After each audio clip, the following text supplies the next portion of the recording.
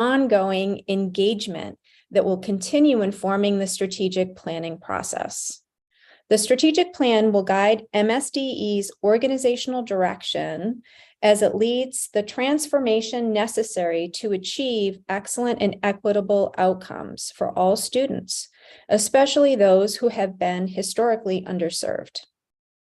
The higher education partners we are speaking with tonight represent a very diverse range of higher education institutions and college preparation and access programs. However, they share a similar commitment to education and building Maryland's future workforce and leaders.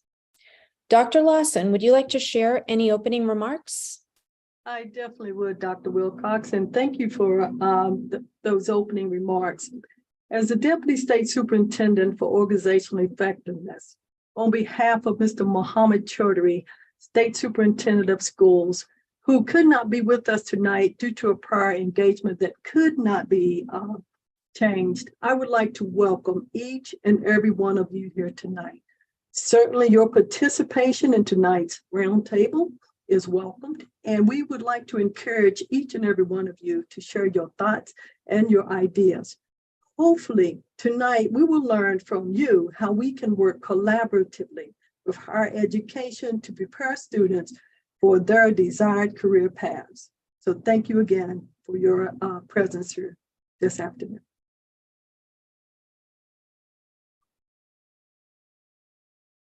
Thank you, Dr. Lawson, for your opening remarks. Now we're going to transition to our presentation.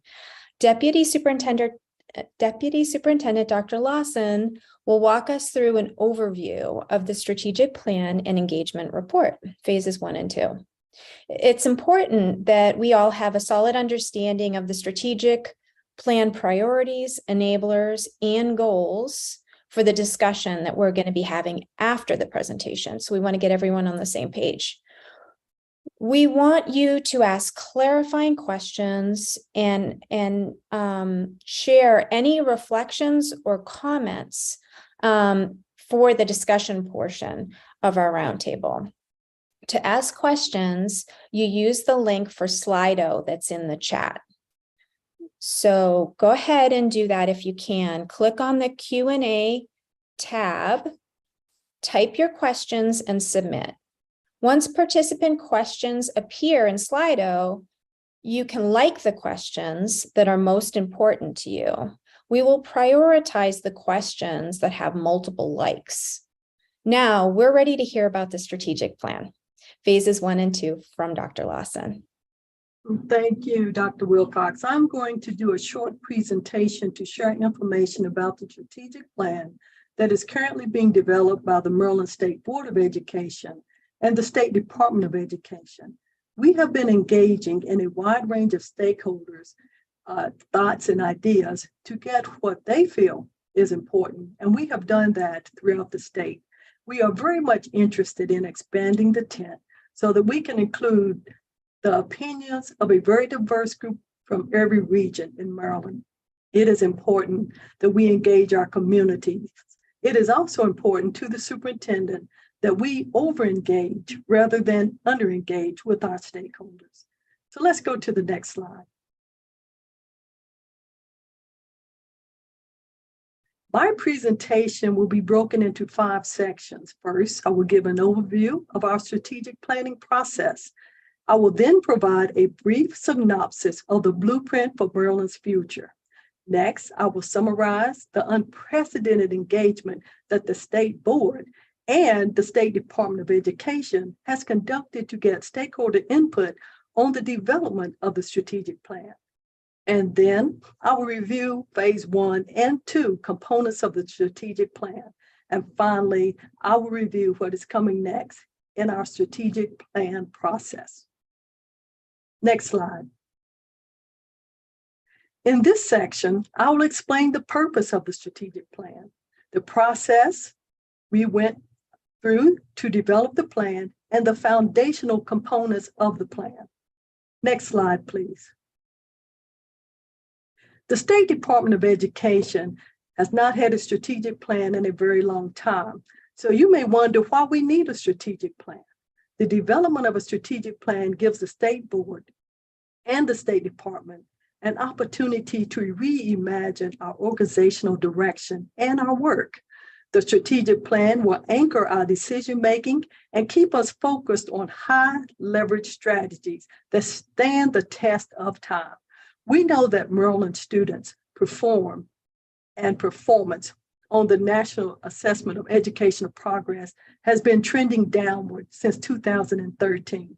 Due to COVID and other situations, opportunity gaps grew, especially for historically underserved students. Therefore, the state superintendent recognized that a return to normal was not going to be good enough because normal did not provide an equitable opportunity for all students. So we are seizing this moment to align the work of the Department of Education with the current needs of students across the state. Ultimately, our goal is to achieve the promise of the blueprint. The strategic plan will set the foundation for the blueprint and accelerate student learning. So we must be able to implement this multi-billion-dollar initiative right. Let's go to the next slide.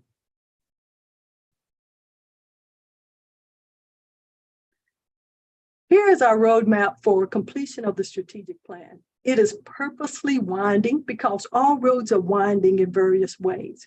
We kicked off the process in November of 2021. We started with the survey, then held roundtables and listening sessions throughout phase one.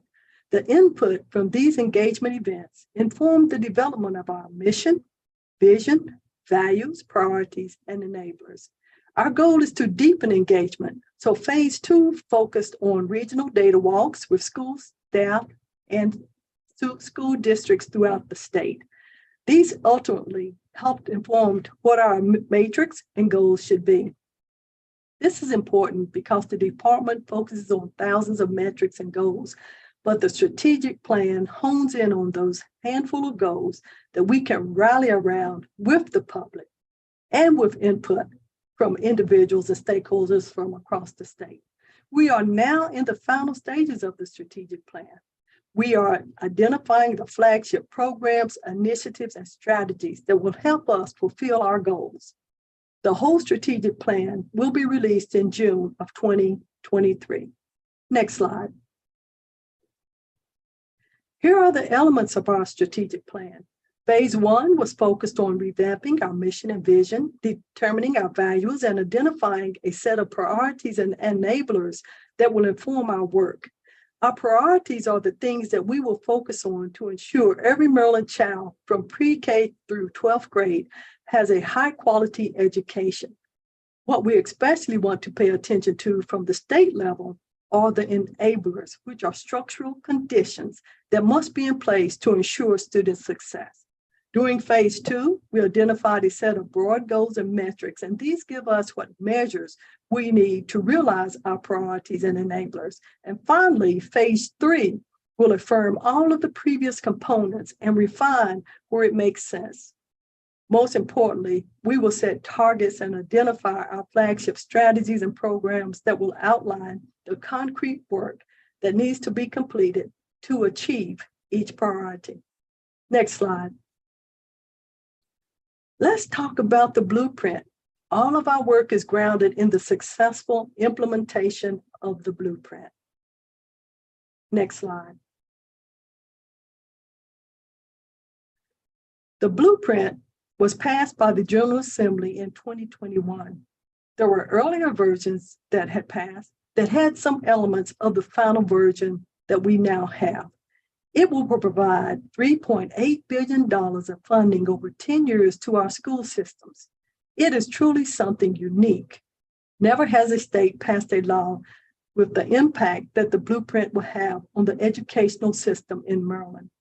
There was a commission known as the Curran Commission that met for 3 years and studied what it would take to move Maryland's education system to the next level. The commission published a report that ultimately aided Assembly members in Annapolis in crafting the blueprint legislation. All of this work revolves around 5 pillars, and I will share what the 5 pillars of the blueprint are with you. Next slide. So again, this is a high-level overview. I'm going to take a law that is 100+ pages and give you just a blueprint 101. Under each of the 5 pillars are key priorities and initiatives. Pillar 1 is early childhood education. What does that mean? It involves making sure that more and more of our families can obtain high quality, affordable pre-K.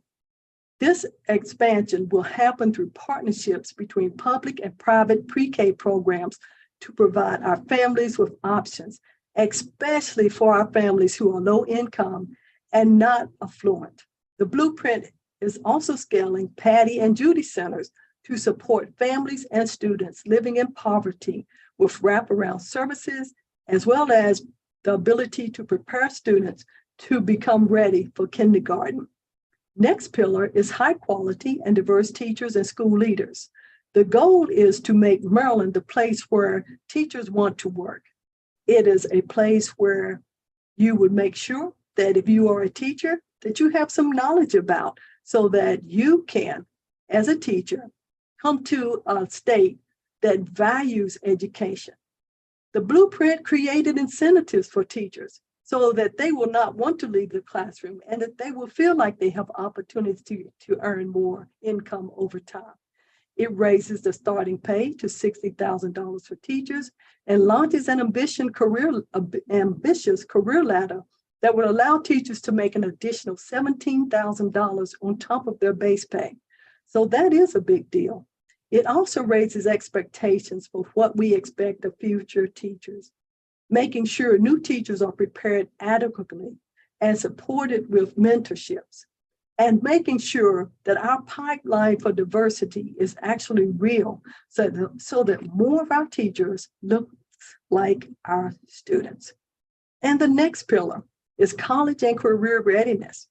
Everything that the blueprint is designed to do converge in this pillar. It sets new expectations that our students are college and career ready by 10th grade, and if not, by the time they graduate from high school. MSDE is making sure that we study and find out what is necessary for college and career readiness standards for our students. The 4th pillar is resources for student success. More resources for student success means exactly what it sounds like. The goal is to invest more dollars in community schools, students with disabilities, and English learners. The blueprint goes all in on community schools. Currently, we have 358 community schools, and that number will continue to go up as the poverty threshold of which a community school launches goes down. Finally, the 5th pillar is governance and accountability. The department will be deploying expert review teams, which are made up of educators, principals, and other experts who will visit schools and provide advice. The department will also make sure that we monitor and support schools. Let's go to the next slide. Let's talk more about the engagement that the state board and the State Department has been doing to find out what is important to our stakeholders. Next slide. We want to make sure that we are taking a multi-pronged approach to being able to meet our stakeholders where they are. The one thing that the superintendent has been adamant about is making sure stakeholder engagement involves expanding the tent to include an increase in and depth and breadth of engagement. We have a community engagement team in the department that is dedicated to ensuring that our stakeholders have input on the strategic planning process. Engagement has included a survey, community events, listening sessions, roundtables, and regional data walks. Next slide. These are the broad categories of stakeholders we've engaged. It is important that we continue to engage a wide variety of stakeholder groups and that we engage new and existing voices. Stakeholder engagement will continue to be a major priority. Next slide. This slide shows a snapshot of our engagement numbers at the end of phase 2. We have close to 28,000 responses on the survey that represents our state demographics and regions. We connected with almost 7,000 stakeholders at events in every region of the state.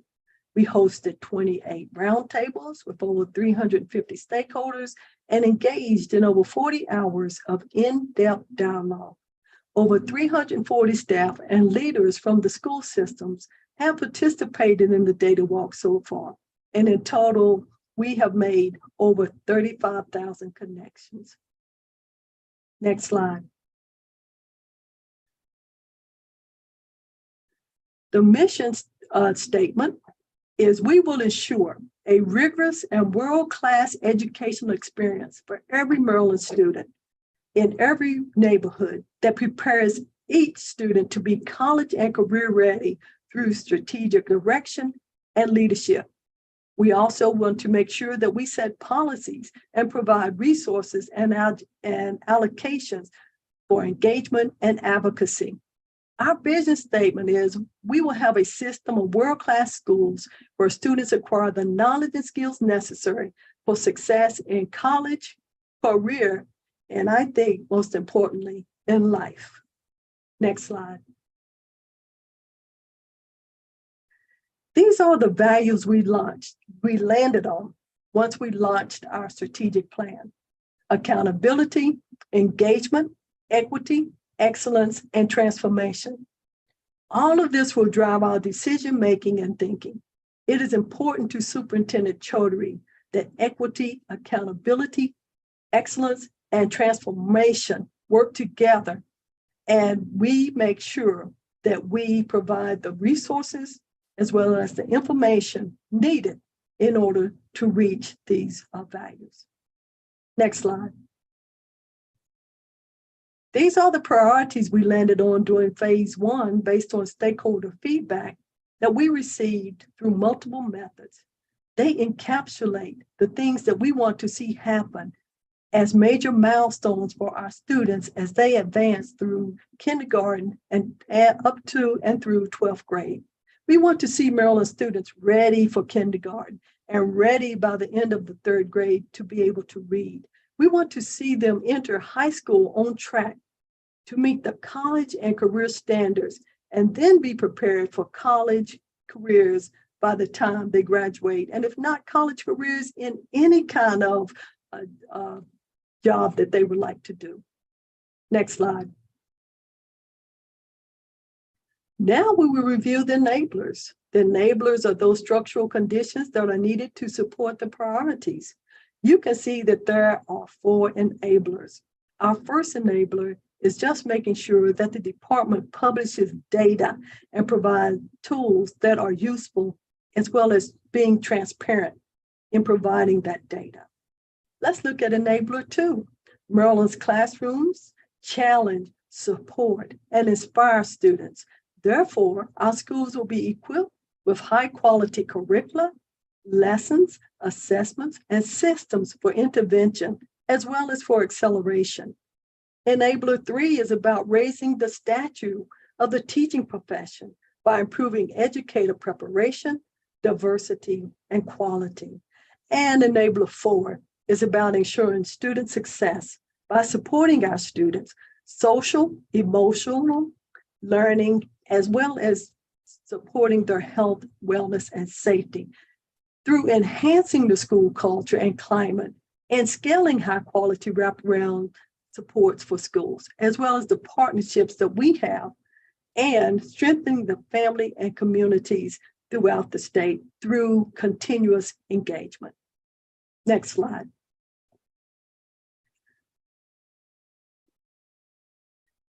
Specific and measurable goals are necessary to accomplish the long-lasting positive changes our students deserve. The goals will monitor the success of each priority and enabler. The metrics indicate the sources of data that will establish our baseline measures for the goals. Next slide. So let's start off with ready for kindergarten.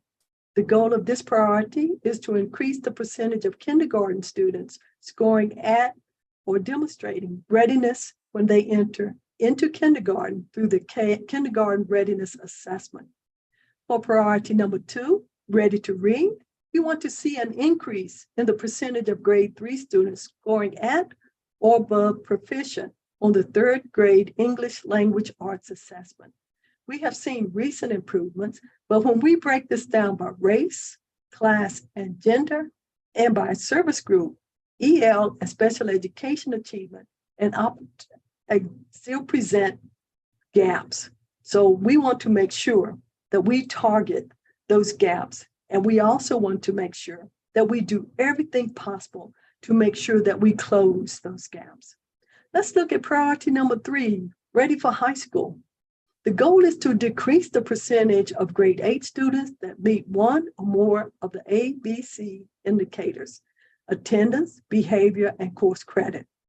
We want to see less students who are chronically absent, receive one or more out of school suspensions, or fail one or more of the main classes of English language arts or math or science or even social studies in grades 6 through 8. The goal for the 4th priority, ready for college and career, aligns with the blueprint to increase the percentage of high school graduates who meet the state college and career readiness standard and complete a college and career pathway by the time the student leaves high school. Now let's look at the goals and metrics related to enablers. Next slide. First, there are 4 enablers that we want the public to have access to, and we want to have reports and tools that allow the public to make sense of the data and to get a quick answer to any questions that they may have. The goal for enabler 2 is to increase the percentage of schools visited by expert review teams that are rated as accomplishing with continuous improvement, and the integrated multi-tiered system of supports that we provide.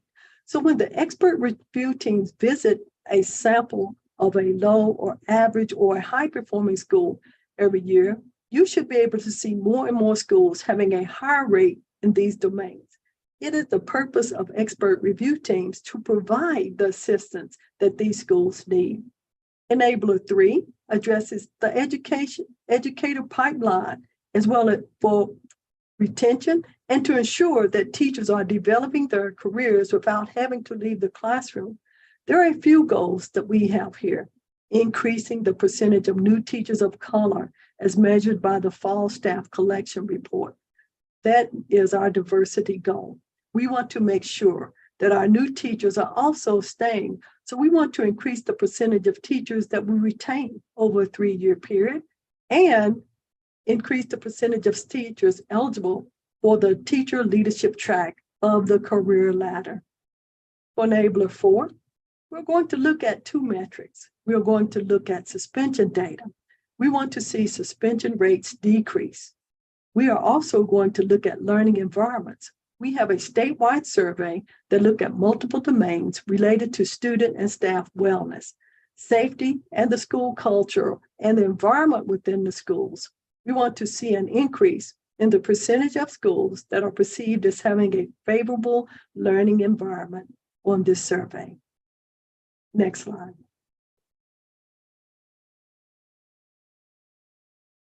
When we look at goals and performing metrics, what we want to look at is to make sure that we have schools that we have identified so that we can put those schools into cohorts based upon the MCAP scores.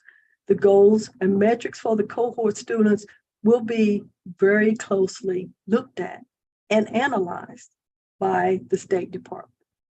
Next slide.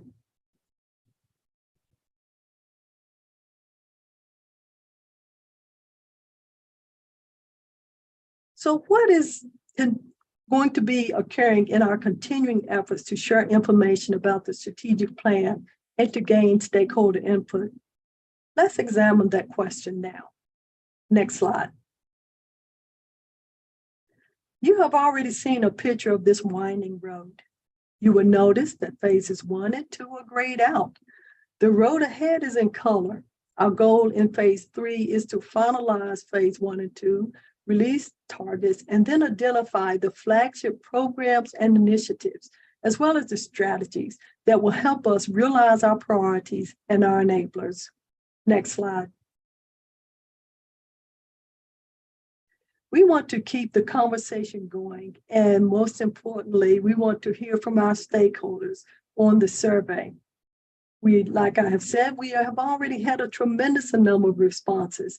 So we are really looking forward to increasing the number of responses that we obtain and to having more individuals like yourself participate in our survey. Next slide. The strategic plan and engagement report for phase 1 and 2 are available at the strategic plan at strategicplan.marylandpublicschools.org. Several pages have changed between phases 1 and 2, so I encourage you to get a copy of the phase 2 strategic plan so that you will be able to see why we have landed on the priorities, enablers, and goals that we have. Next slide. We also have a website called Blueprint in Action. This will tell you what the blueprint looks like beyond the pillars. You can learn about the blueprint and how it is being implemented from this website. So I encourage you again as well to go to the website and review that information for yourself. And now the last slide. Engagement for phase 3 of the strategic planning process will introduce something new. We will do a series of design situations to identify flagship programs and strategies with a mixed group of stakeholders, enabling them to become mutual authors of our plan. We'll also keep listening sessions going, as well as the roundtables and many other events that occur in the community and throughout the state. And with that, I would turn it back over to Dr. Wilcox. Great. Thank you, Dr. Lawson. I learned a lot, and I hope our participants and viewers on YouTube did as well. We want to make sure you have an adequate understanding of the priorities, enablers, and goals in the strategic plan before we begin our discussion. So we will try to answer as many questions as time permits. Participants can view all questions and upvote on Slido. Dr. Lawson will facilitate the Q&A and address the questions prioritized by our participants.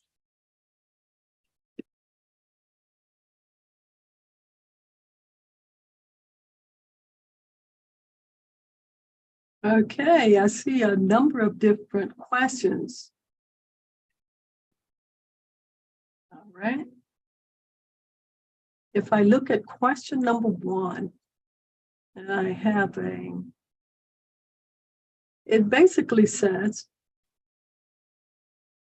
will the CTE programs receive standardized curriculum similar to math, ELA, the sciences, and other core curricular areas? So with the CTE programs, when we talk about the curriculum of those programs, that will be really up to the Office of Teaching and Learning. If you would like to know more about the CTE programs, if you would put your name in the chat, I will make sure that we give you a call. And I will make sure that Dr. Deanne Collins, who is the Deputy for Teaching and Learning, who was really the expert about the curricula for those programs, I will make sure that we give you a call together. If you could share that.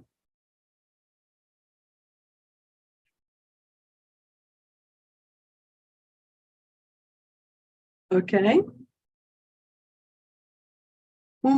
Another question, will we receive a copy of this PowerPoint? And again, if you would leave your name in the chat, we will make sure that you receive a copy of this PowerPoint presentation. From Anonymous, all right, will you be reaching out to anyone outside the department to serve on the expert review teams, school-based experts, university experts, external experts? Currently, the expert review teams have been working really since last year. So at this point in time, we will not have anyone else involved on the expert review teams, but certainly if you have ideas, if there are things that you believe are important for the expert review team to be concentrating on when we go into the schools, certainly you can send me an email and I will share that information with the expert review teams.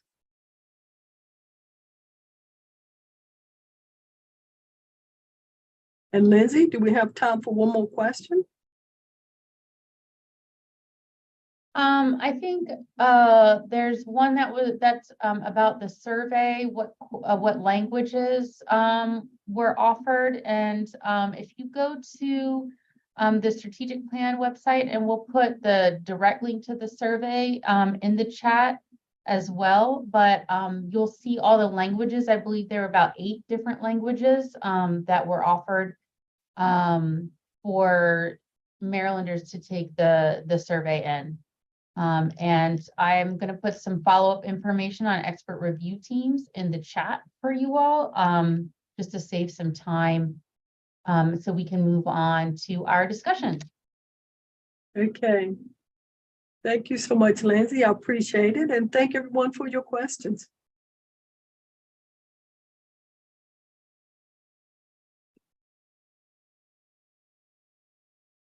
Thank you for guiding us through the Q&A, Dr. Lawson. Now I'd like to meet our roundtable participants. During the introductions, we ask participants to rank the strategic plan priorities, enablers, and goals that are most important to you. You can do that in Slido. Please click on the link in the chat or use the same Slido tab you opened to ask questions. At the bottom of your screen, select polls, and you will be able to rank the top priority or enabler that you would like to discuss during the roundtable. While you're ranking the priorities and enablers, we ask you to introduce yourself by stating your name, position, title, and school or organization.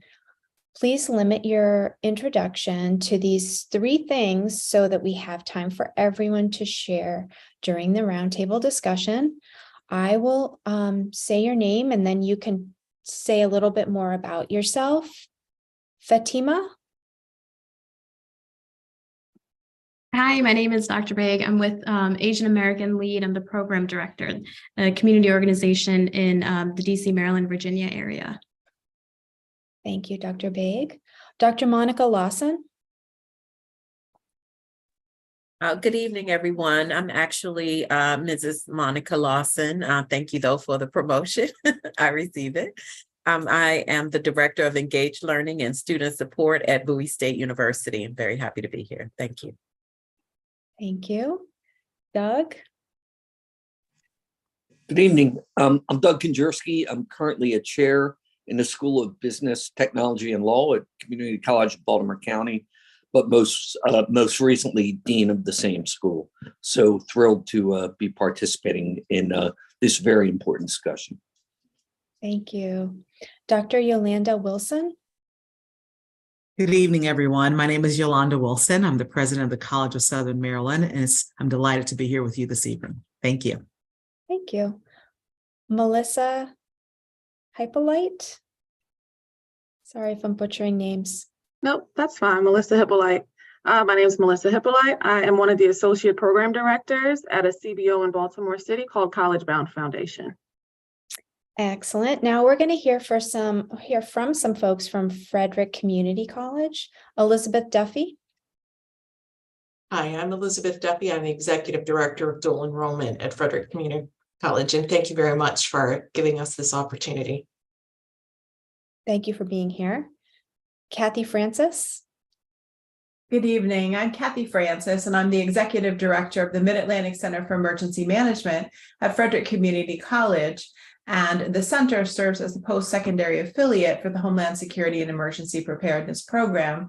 And we are celebrating our 10th year in that role. So I'm delighted to be here and to grow with MSDE along with the college.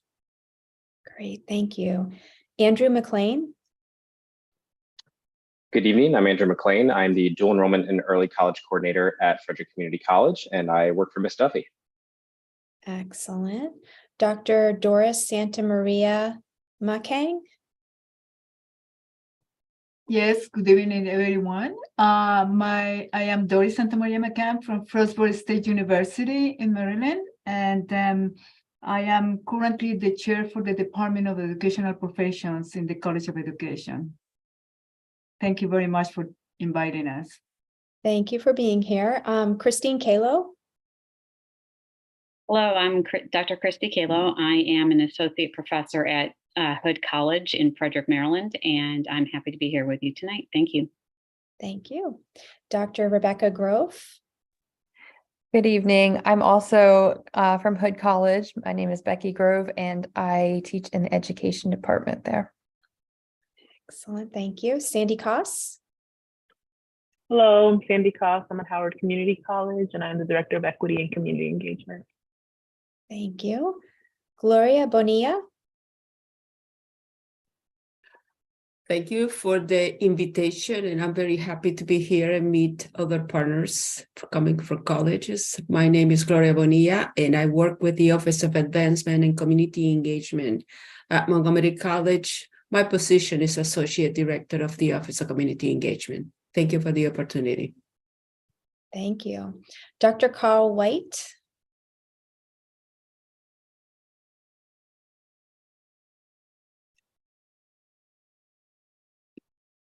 Dr. Carl White, are you there?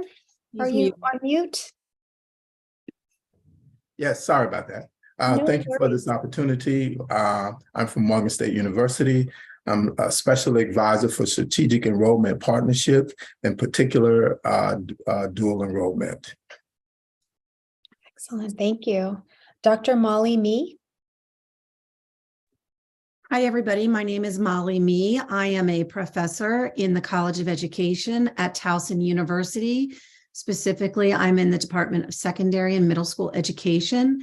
But I think my role here today is I'm here today because I am the director of the Teacher Academy of Maryland, which Towson University is the university affiliate. So I am associated with that CTE program in the state of Maryland. Excellent, thank you. James Massey. Yes, good evening. It's a pleasure to be here with everyone, and thank you so much for the invitation. I'm James Massey, the Director of Undergraduate Admissions at University of Maryland, College Park. Excellent. Reginald Garçon. Hello, good evening. I'm Dr. Reginald Garçon. I'm the Associate Vice President for Enrollment Management and Student Experience at the University of Maryland, Eastern Shore, and also serving as the interim registrar.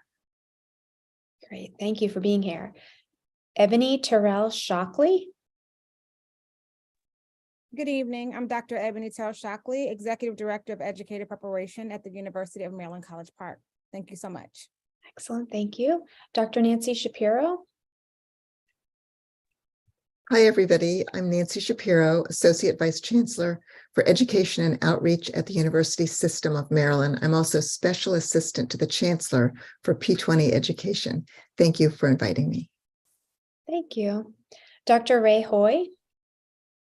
Ray Hoy, President of Warwick Community College, previously served on the K-16 Council and later the Pre-20 Council and the Blueprint for Better Schools in Maryland Commission. Excellent. Thank you for introducing yourselves.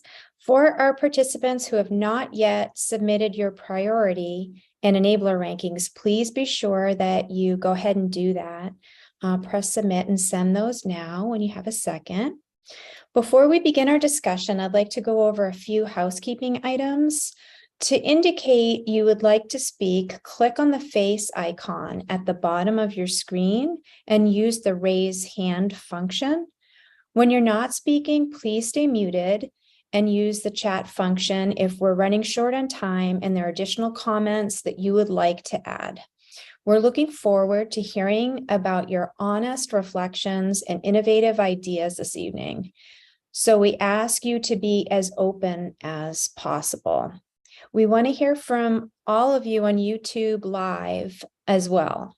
Please use the YouTube Live chat to make comments throughout the discussion. Your feedback will inform our planning as well.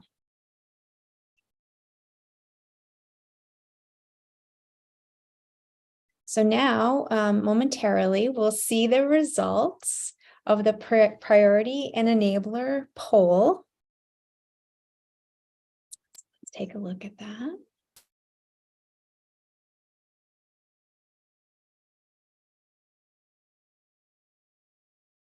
Scores are still coming in. Looks like we're done. So it appears that you prioritized priority 4, ready for college and career, for our roundtable discussion this evening. The corresponding goal is to increase the percentage of high school graduates who meet the state college and career readiness standard and completed a CCR pathway. We have questions to guide our discussion and would like you to answer based on your role as a higher education partner. We will do our best to provide about 10 minutes for discussion on each question.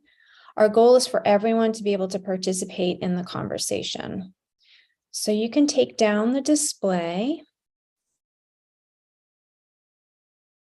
Thank you. So here we go. Starting with the highest ranked priority enabler, we're going to discuss priority 4, ready for college and career. From the presentation, we learn this priority refers to all Maryland students graduating from high school, college, and career ready with individualized plans to succeed in college, life, and career. So question number 1, as a higher education leader, how can you support this priority and goal?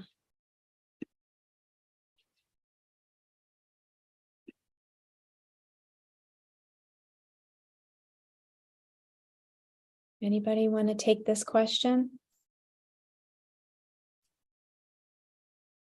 Okay, Doug, why don't you go ahead? Sure. So at CCBC, my school is the school where the majority, almost the entirety of the CTE aligned degree programs are. My relationship with MSDE and then subsequently the individual public school systems is long and strong, in that, in particular, my department has overseen the statewide curriculum for automotive. And we've also developed a number of new CTE initiatives in BCPS and in AACPS, which we're working on now for aviation programs. So I'm a strong supporter of statewide curriculum managed and implemented among the CTE programs throughout the state. We will and can continue to support that. We've been contracted at least through 2009 through 2021 to manage and revise that curriculum on an annual basis. We're available to do that not only for those programs, but any of the CTE aligned programs. So huge supporter. That model works. That model not only ensures prepared students for the college experience, but then guarantees work readiness when they finish that degree program at CCBC. And aligning those two so that they can articulate credits and everything else, that is a beautiful model that we'd like to replicate in any opportunity that we have. The other area where we're very invested is the P-TECH model. So for example, we have partnerships, early college partnerships at Baltimore County and Owings Mills and at Dundalk, where students are earning their high school degree, their college degree together. We have other early college initiatives, for example, at Woodlawn High School. We are all about early college and in particular, now that the blueprint funds the classes that high school students can take for college, that's got us more excited than anything in a long time. So CCBC embraces the long partnership with MSD, but man, we could blow this up. We could really blow this up and do so much more. Thank you so much. And I'm just going to use first names if you guys don't mind, because I'm demoting people and promoting people to professor and doctor and all that stuff. So please forgive me for that. But Nancy, please, let's hear your thoughts. Thank you. Thank you. I love this question. So I was one of the ones who actually voted for reading by grade 3, because I think that one of the best ways to support college and career readiness is to start in pre-K and kindergarten. So let me start there. But I also think that from the higher education perspective, there are two things that the university system is willing and ready and anxious to work on. And the first is what we identified as the second priority, which is the teachers, because we all know teachers matter most. So if every child has an excellent teacher, that will promote college and career readiness. And secondly, I think that when a number of years ago, when we were working with this department on the Common Core standards, we had work groups that helped identify the standards, talked about implementing the standards, the Common Core standards at the time, and understood the alignment, the necessary alignment between college expectations and high school curriculum. And I will just give one little example. I remember working with the English Common Core Standards group and the high school standards. And one of the faculty members looked at the standards, we were studying them, and said, is there any place where students learn about plagiarism in these standards? And it turned out that wasn't in the standards. But if students get to college and they don't understand the plagiarism, then they're at a huge disadvantage and may not have a great successful experience. So conversations with the higher ed faculty, I think, is a good way to address that. Thank you. Thank you. Let's go next to Melissa. Thank you. At College Bound Foundation, as I mentioned, we're a college access CBO in Baltimore City. We have a 2 college through college model. So we have advisors in 17 high schools around Baltimore City, as well as middle schools. And we also support people who work with other CBOs. So we have advisors and they work full-time in the school buildings, assisting the students who are looking for things to do post-secondary. Granted, it's College Bound Foundation. Most of what we do is college facing, because we do manage a $4 million scholarship portfolio, sorry. And the advisors in the school assist the students with applications, financial aid. We just wrapped up with a guaranteed access grant because today is actually that priority date. So in addition to helping the students that are in high school doing all of the things to prepare them for college, we also have advisors at the college level who do what we call intrusive advising with our students. So we support them in high school through graduation and in college through graduation. And we also help them get the money for those things. So I think that really helps with the students who are going to college. And if we can have more of that, then that will be helpful too, because we do see that our students who are in our college completion program, they are graduating at a higher rate. And our students who are getting our help on the high school end are matriculating because we are focused in on summer melt. That's when the students over the summertime, they run into issues and different things could happen. I see some familiar names on here because we work with a lot of the colleges in the state and outside of it. Excellent. Let's take one more and then we have to move on to the next question. Andrew, can we please hear from you?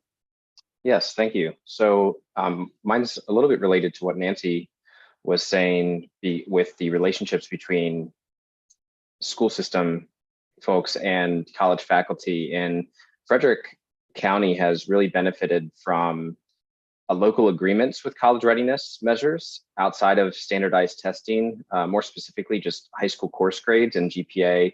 And that's even outside of the statewide college readiness measures. And so that has grown the relationship between curriculum specialists and directors within the school system and the LEA and our college faculty and department chairs. They come together every year or every other year to develop more ways for students to prove their college readiness in English and math. And that has given massive access to high school students to access college coursework. And those students are being successful. And so it has proven to be successful. And so that has been really beneficial for us. So I think that's a good approach to take as well. And Melissa, we're very jealous of your college advisors being in all of your high schools. That is a dream of ours. So we would love to model that sometime in Frederick County. I would like to hear from Christy. I know you had your hand up for a long time, Christy. So let's hear from you and hear your perspective. Sure. And I would echo what Nancy shared about, I too chose the reading initially. I believe also that it begins in pre-K. At Hood, we prepare teachers in early childhood education, pre-K through grade 3, dual certification, special education, elementary education, so gen ed grade 1 through 6 and special ed grade 1 through 8, and also secondary education.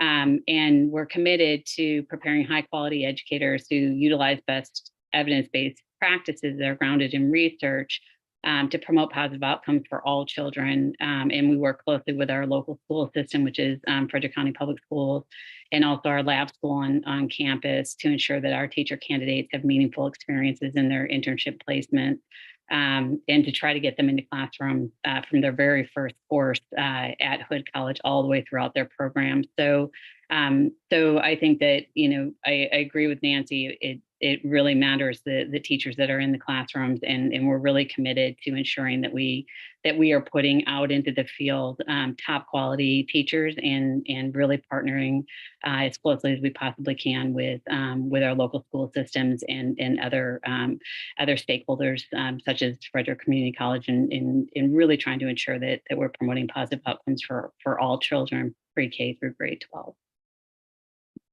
Excellent, thank you. So the next question is, what challenges do you think may come up as we prepare students for college and career?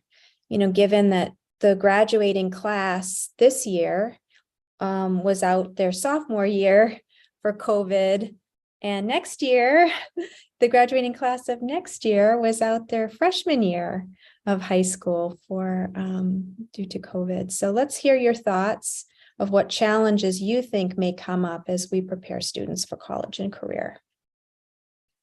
Anyone want to take this one?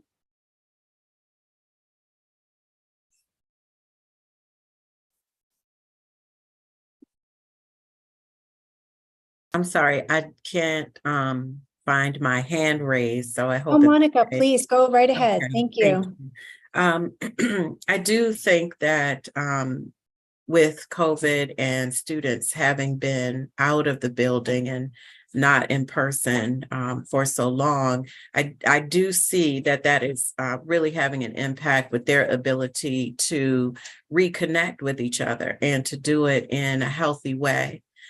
So I think that as we are thinking about bringing students into college and having them be ready for that experience, that we have to think about it more than just on the academic level. So I was really glad to see the priority around social emotional development. And I actually ranked that as one of my top 3, because I think that is really the gateway for students to be successful when they are feeling more healthy, more whole, and that they're able to connect. Then those other things, I think, we have an easier time facilitating learning. Excellent, thank you. Let's go to James. Thank you. Thank you so much. And I agree with what was just said. I think it's really important that the social and emotional piece is a piece that we all kind of zone in on from where we are. Whether you're working with students on a day-to-day basis, if you receive them through the higher education, the application process for college, you have to really meet the students where they are and still provide the grace, because every student's experience is a little bit different depending upon where they're coming from and where they were, especially relating to the pandemic. And I think also, even outside the pandemic, our students always have had different obstacles that they're looking to overcome, that they're achieving despite of. And that same grace has to really be applied all the way through. And as we're receiving them on the higher education side, and certainly there are lots of different nuances to the application process now with test optional decisions that students have to make, we're going to have to make sure that we're open and communicating with them what that really means and helping them through the decisions that they're making, because it will affect perhaps where they land in terms of selection of college or even thinking about which colleges to apply to. So just making sure we're keeping our students at the center. I think that's very important. There is a lot of confusion, I think, about SAT optional and what that means and how their application will be related. So I appreciate you uplifting that issue. Let's go next to Carl. Carl, you're muted. I'm sorry. I just wanted to say this. I also think that we probably haven't seen our last of pandemics and things. And I do think that we should be mindful and keep thinking about how do we make our online delivery of education a lot more robust, a lot more engaging for kids and things of that nature, because I do think that that is going to continue to be a challenge for us in the future. Thank you. Fatima, can you please jump in and weigh in on this question? Yes, absolutely. So immediately I want to echo what everyone else is saying. The social emotional focus, the issues on mental health, those are very big and long lasting impacts. So we service a lot of low income and underserved Asian American and other people of color in schools and after schools and preparing them for college and career readiness. And with that, we're seeing a lot of issues, not only with the mental health, but also access to trained individuals, professionals, stakeholders across communities to support with these types of programs, because as much as we think we can do it all as educators, we just can't. And we need individuals who are trained, but also so that there's accountability and evaluation measures in place to prepare our youth to be able to be advocates for themselves. A lot of the data that I was reading for the Maryland youth is having like 7% be representative from AAPI backgrounds. So it's important that we are teaching our youth to be able to care for themselves and also be representatives of ourselves, which is why I'm here today as a second generation Pakistani American community member and educator to be able to identify these challenges and support our youth. Thank you. Yolanda? I want to echo what all of my wonderful colleagues have said and also share that I think some of the challenges surrounding basic needs has become even more apparent and evident as we see students transitioning, and that's food insecurities, housing insecurities, broadband infrastructure needs, in some cases, childcare needs, mental health and counseling resources. We have students who are just struggling to be able to come to college or come to class, just getting out of bed and being able to find transportation to arrive to class on time. So I think those wraparound services become vitally important as we think through how do we support our students to success? How do we love our students to success? And if a student is hungry and a student doesn't know how they're going to be able to navigate, then math and English and reading and sociology and psychology are not as critical and as important. So I think we have to identify what those basic needs are and make sure we address those first. Thank you so much. Reginald, let's hear your thoughts. Sure, thank you. A couple quick things I wanted to point out in terms of things to be aware of. Definitely, we have to make sure that we incorporate ways to enhance students' ability to develop interpersonal skills, because that's something that we've noticed that they've sort of missed during this pandemic. Also, providing more opportunities for them to learn conflict resolution skills. Those are a couple of things that have shown itself. There's an increased need for different types of support services, including ADA for students. And then, as previously mentioned, the math and English skills may not be as strong due to online learning. And so that's something that we have to be aware of as they're coming into our schools, how we're going to provide those support so that they can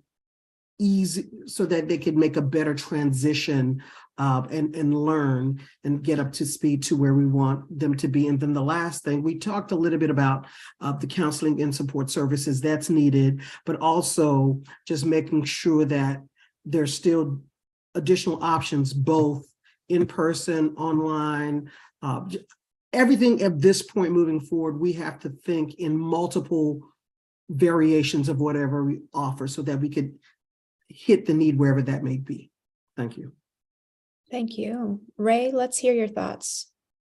Thank you. I have to agree with everything that everyone said, but I want to add, Holly, that the way you frame the question is really one of the most critical concerns for me, which is these students lost, for the next 12 years, these students have lost a year and a half of education. And as we all know, it's building blocks. And how are they going to make that up? How can we help them make that up to have them college ready and now at the end of 10th grade? That's a big challenge, and one that we're all going to have to work with our school systems to make sure that we're working toward a solution that's going to be workable for everybody. Excellent. Thank you, Rebecca. Thank you. I really appreciate all the comments that are focusing on the very real needs of our students, the social emotional learning, the need to be advocates for themselves, to learn interpersonal skills, conflict resolution skills. Those are all things that we see our incoming students at Hood, you know, perhaps not as strong as they were a few years ago. So I would just like to balance that very huge need with also a need to maintain very high academic standards, and just to put it out there that we need to find the balance between maintaining academic excellence and maintaining or supporting all of these other needs that students have. To be truly college and career ready, they need to have both, and both with excellence. I teach first year seminars and I direct our first year seminar program at Hood. One thing that we have noticed in the last year or two is that students have a alarming disregard for deadlines. Like, they just don't turn things in. And so whether it's they need to learn how to advocate for themselves, to ask for extensions, they need to learn how to have that conversation with a professor, that's an intimidating thing, or they just need to learn some time management skills. But I feel like meeting a deadline is a college and career readiness skill, you know, one of many that, as an example, needs to be something that becomes part of this conversation as we talk about what students need. So focusing on self-regulation and those executive functioning skills, along with the academics, I think needs to be very important in whatever programs and strategies the blueprint and the strategic plan decides to adopt. Thank you. Let's hear from Sandy. Yeah, kind of in line with everyone. I think something that we have to recognize is that our students are used to a K through 12 system, and then we send them to college and they have to navigate bureaucracy. And kind of similar to what Rebecca was saying, like the importance of deadlines. So obviously their ability to know that to succeed in the classroom is important, but their ability to navigate, you know, the application, the financial aid deadline, the scholarship application. So really, you know, the academics are crucial, but it's also like, how do we develop their self-advocacy skills, their ability to ask questions, their ability to know that they deserve to be served by the institution that they're attending, and navigate these different systems. Because, you know, like K through 12, it's every year, you know, you meet with your guidance counselor, you get the next course. How are we working to help those students learn those skills before they get on campus, but then also reinforcing those skills once they are on our campus? Thank you. Molly, can you say a few words about this issue? Yeah, no, I'm loving listening to this, but I wanted to definitely say something to the whole group about what I've been seeing with my college students at Towson University. And I've been in higher education since 2002. So it's been a while, and I've seen all kinds of students, obviously, over the years. And I have to say that this past year, despite the pandemic, I am seeing a whole, and I teach several sections of freshmen, sophomore, juniors at Towson University. I have seen my students come in and be able to advocate for themselves and their needs in a very profound way that I haven't seen in a long time. So I'm not sure what's happening out there, but it's working somehow, because they're able to come in and they're able to advocate for themselves. I'm also seeing some interpersonal skills. I run a seminar class where we come in, attendance is mandatory. You have to be on time. You have to stay for the duration of the class. Assignments have to be turned in on time, and you have to engage with the professor and your peers. And I'm finding my students doing this very well. So I'm really pleased with this. The communication that they have with me is a very professional, this is the third piece. It's a very professional and mature way that they're communicating with me and advocating for themselves. And then the piece about the academic standards, I don't teach a really intensive class. I'm not teaching like chemistry or anything. It's an ethics and education course right now, but their standards of writing and presentation skills, I'm really impressed with. And so, and I didn't say a year ago, I would not have said the same thing, but something's happening and there's been this shift that I've seen. I know it's only, 100 students or something a semester, but I'm feeling very positive about that. And I just wanted to add that because something that we're doing out there, we're doing it right. So I just wanted to sort of add that.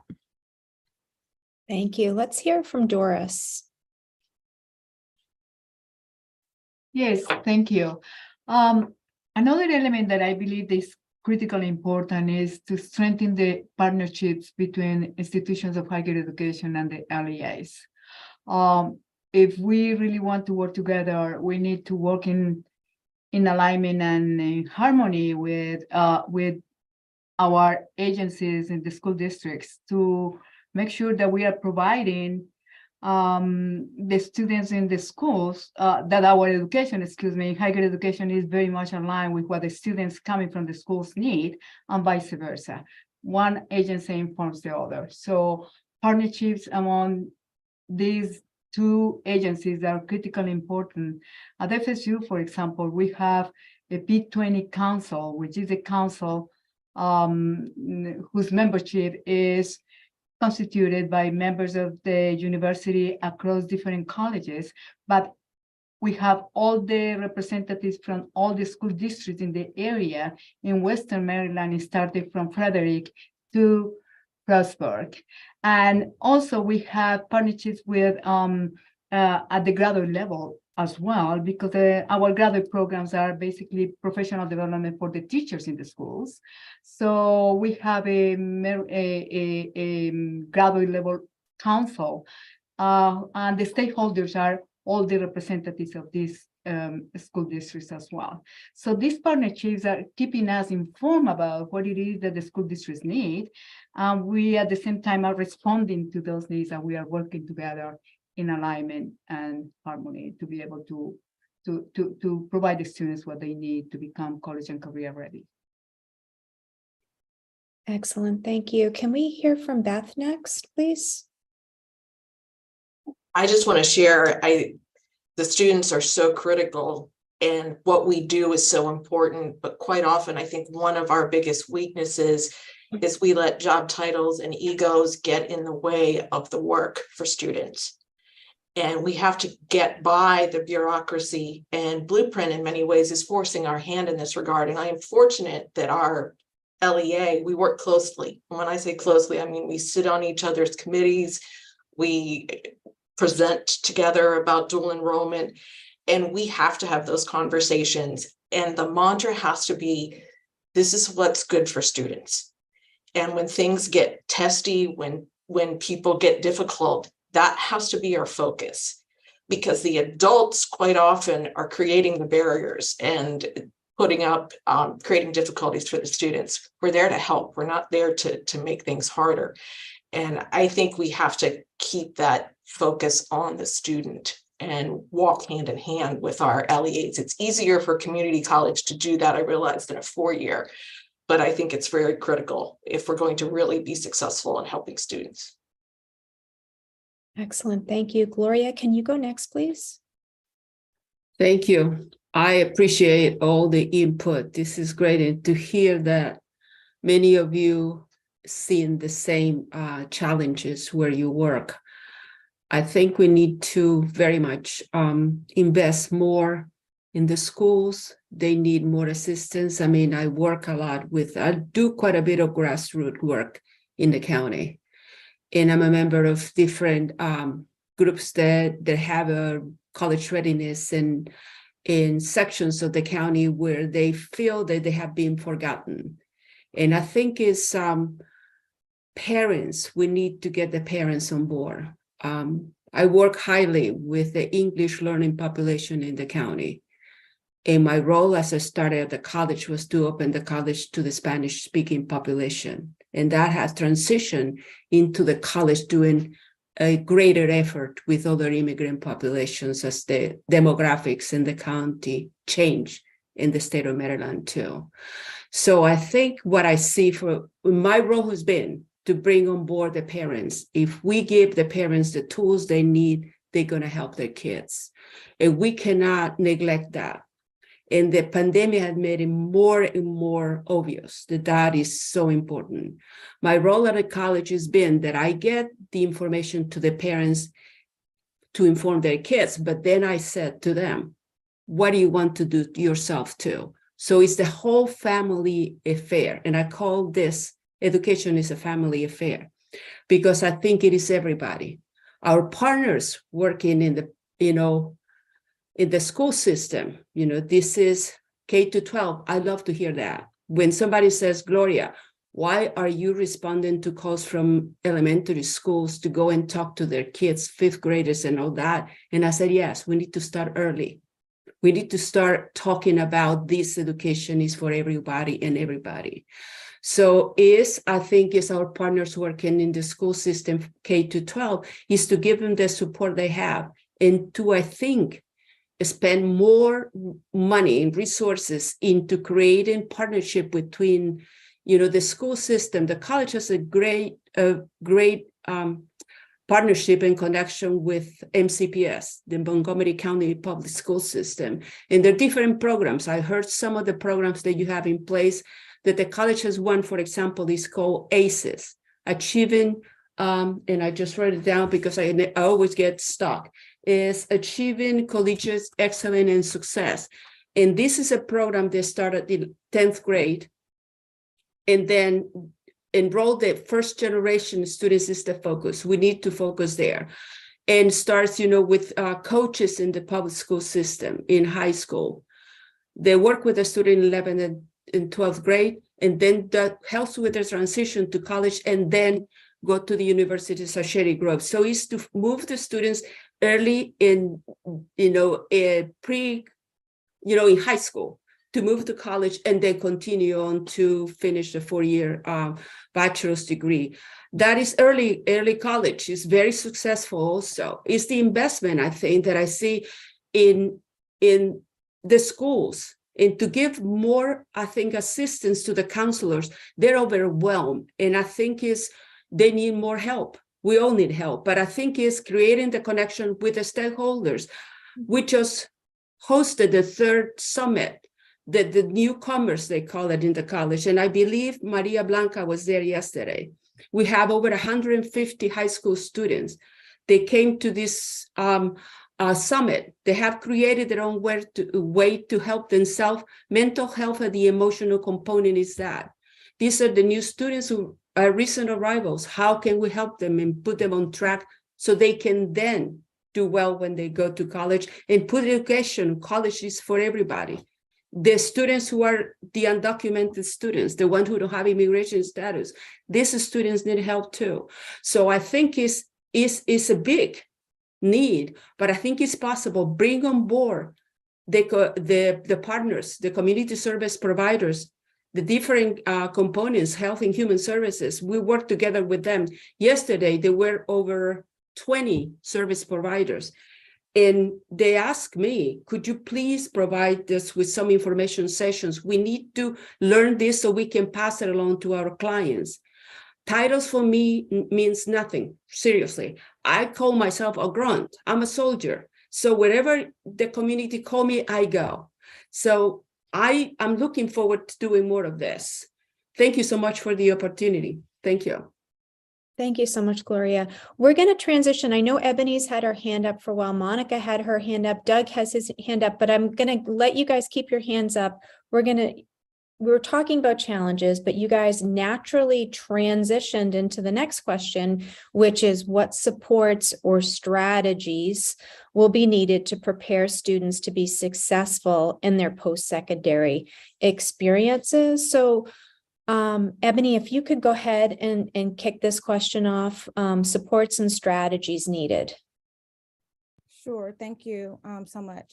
Ebony Shockley, Executive Director of Educator Preparation at UMD. So in terms of success and strategies, And thinking about what's in the strategic plan in phase 2, there's data that show that the Black student population and the white student population in PK-12 are almost equal in 2023, and that our Hispanic and Latino AX population is increasing.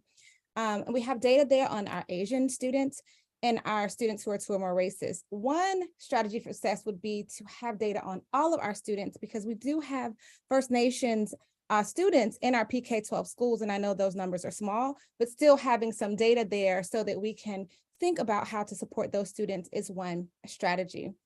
Additionally, we know that the teacher workforce and the PK-12 student workforce do not mirror each other, just like the college student population does not mirror the PK-12 student workforce. And so we want to increase those numbers. What we're learning from our students who have been historically marginalized as we're thinking about success is that they are still being marginalized. Our students of color, our multilingual students, our students with exceptionalities are continuously marginalized by their lack of representation in curricula, for example, the suspension rates that are inequitable, the opportunities that they receive to enroll in certain programs, such as advanced placement programs.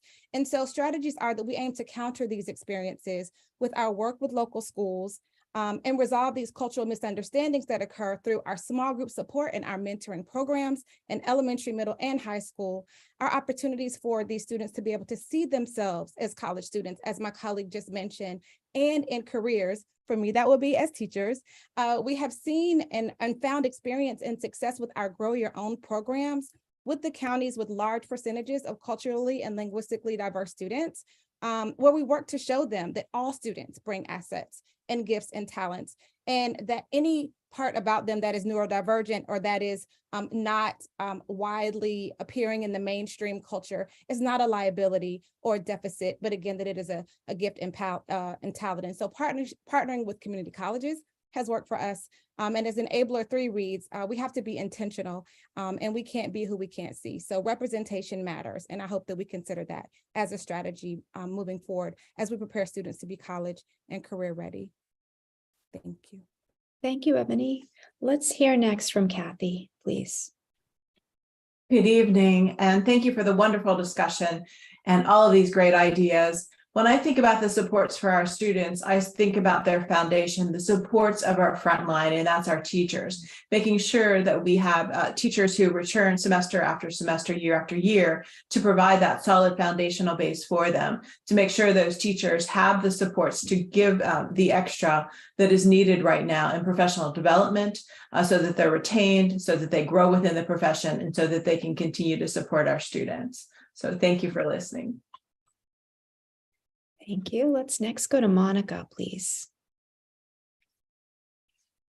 Thank you. I wanted to share a couple of things, and it was a great transition into this next question about strategies and supports. One thing I do think about meeting students that are coming into the classroom and as they are trying to engage in their academic work, I think tragically, we have stripped the wonder and curiosity and exploration out of the curriculum somehow, that learning is not really fun anymore. And I really believe that to the extent that learning or the assignments that students have to do, their whole engagement with the educational process is more task than it is about their inner transformation.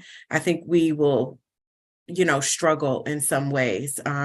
So I certainly believe that high standards are really important. I heard a colleague say that, but I also think that along with those high standards comes that need to kind of think beyond the moment that we're in. And so some of the strategies, I think, for how we can get there, one, even in thinking about accountability and structure, I think about character education. And I just don't know that we're doing that in our schools.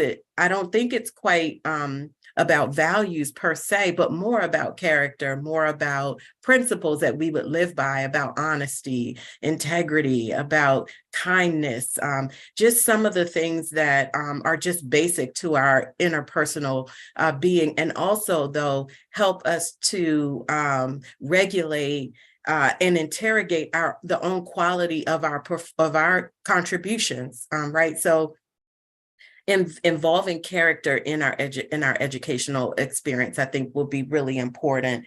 Excuse me. In that area of critical thinking, I think about not just selecting the correct answer, but also creating a space where students can create new knowledge. And do we really provide that blank slate for them to be able to do that, and for us to value what that new knowledge is that we create. And then the last thing I'll say is this adage, less is more. And I think that in particular with this experience of this pandemic, our schools, I think our classrooms need to be smaller. I really do. And I know that is something that, has been discussed. I know it's financially, it's not so feasible or attractive, but the reality is that unless we make some significant changes to create support in a smaller communal environment, I think we will still be struggling in some of the ways that we are. And I think the more success we'll see will be as students are able to and teachers are able to connect in a smaller environment where you can share more value and more success, and you can more deeply know your students and be known by them. Thank you, Monica. Christy, do you have any concrete strategies or supports that you think are needed to move forward? I do. To ensure that we have a high quality, diverse workforce teaching our children, I would encourage MSDE to consider paying teacher candidates when they're in their full-time internships. Becoming a teacher is expensive, and we all around in this roundtable know that, between the cost of college, paying for praxis exams, and so on. We embrace paid internships in fields like business, and education majors ought to have the same opportunities to ensure that any student who wants to become a teacher can afford to pursue the career. Thank you. Carl, you had your hand up, but you took it down. Would you like to say anything? Or are you good? I'd like to say that I think that our dual enrollment programs in the future got to become a little bit more engaging on the teacher level.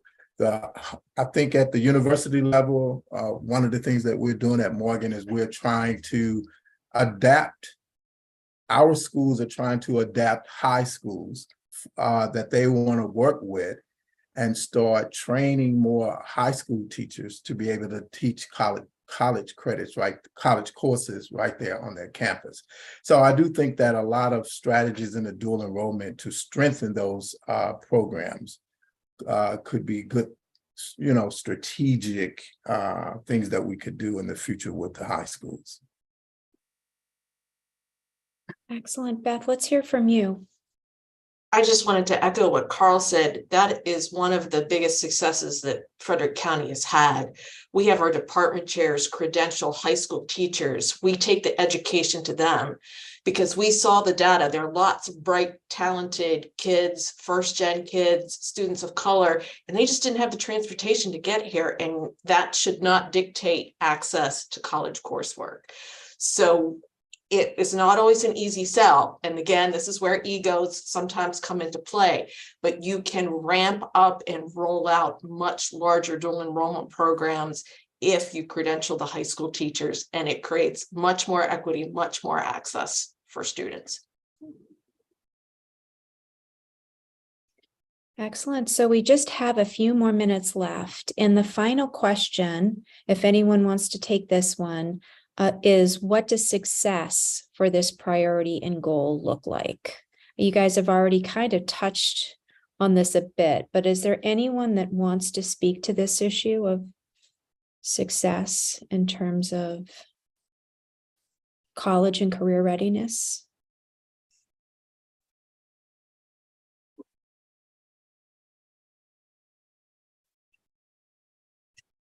Nancy, please.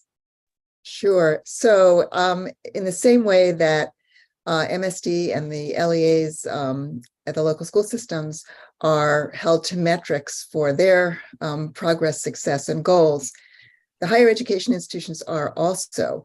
And to my mind, success would look like very robust college persistence from first year to second year. We measure that, and also graduation rates or college completion rates. But even before that, numbers of students who end up in developmental courses, if those numbers go down, then I would say that is a big, big win for the state. Excellent, thank you. So I really appreciate all of you very much and sharing and being critical and thoughtful. To all of our participants and to those of you viewing on YouTube Live, the State Board and MSDE wants to thank you for joining us tonight for this roundtable discussion with higher ed partners about their strategic plan phase 1 and 2. If you'd like to learn more about the strategic plan, please visit the website strategicplan.marylandpublicschools.org. Your feedback will continue to guide the ongoing development of the strategic plan. We need as many Marylanders as possible to give input. So please complete and share the strategic planning survey at marylandpublicschools.org/survey. We will post both of those links in the roundtable and YouTube chats. And with that, Dr. Lawson, would you like to share any closing remarks? Thank you, Dr. Wilcox. I certainly would. And I would like to begin by thanking you for facilitating this discussion this evening. You did an outstanding job, and we are very appreciative of the fact that you agreed to take time out of your day to assist us in what I have really enjoyed hearing all of the conversation tonight. So thank you so much for doing that. And I would also like to thank Lindsay and her team. I think they did an outstanding job, and Lindsay has been really very persistent in making sure that we get things right when we have these roundtables. So thank you, Lindsay, and everyone on the communications team. And I would also like to thank our participants. I have to tell you that I learned a lot tonight, and I know that you have great ideas. Nancy, thank you for sharing your ideas that you have. I learned a lot from that. So certainly I would like to thank all of our participants, and certainly on behalf of Mr. Chaudhary, the state superintendent, I would like to assure you that conversations of the nature that we had this evening will be a basis for continued discussion and conversation, and that we appreciate you sharing your thoughts and your ideas. And, I just would like to thank you again for the great conversation that we had this evening. So thank you very much. And a special thank you to the interpreters, the YouTube Live viewers. Thank you all for joining us tonight. We really appreciate you taking the time to be here. Good night. Good night.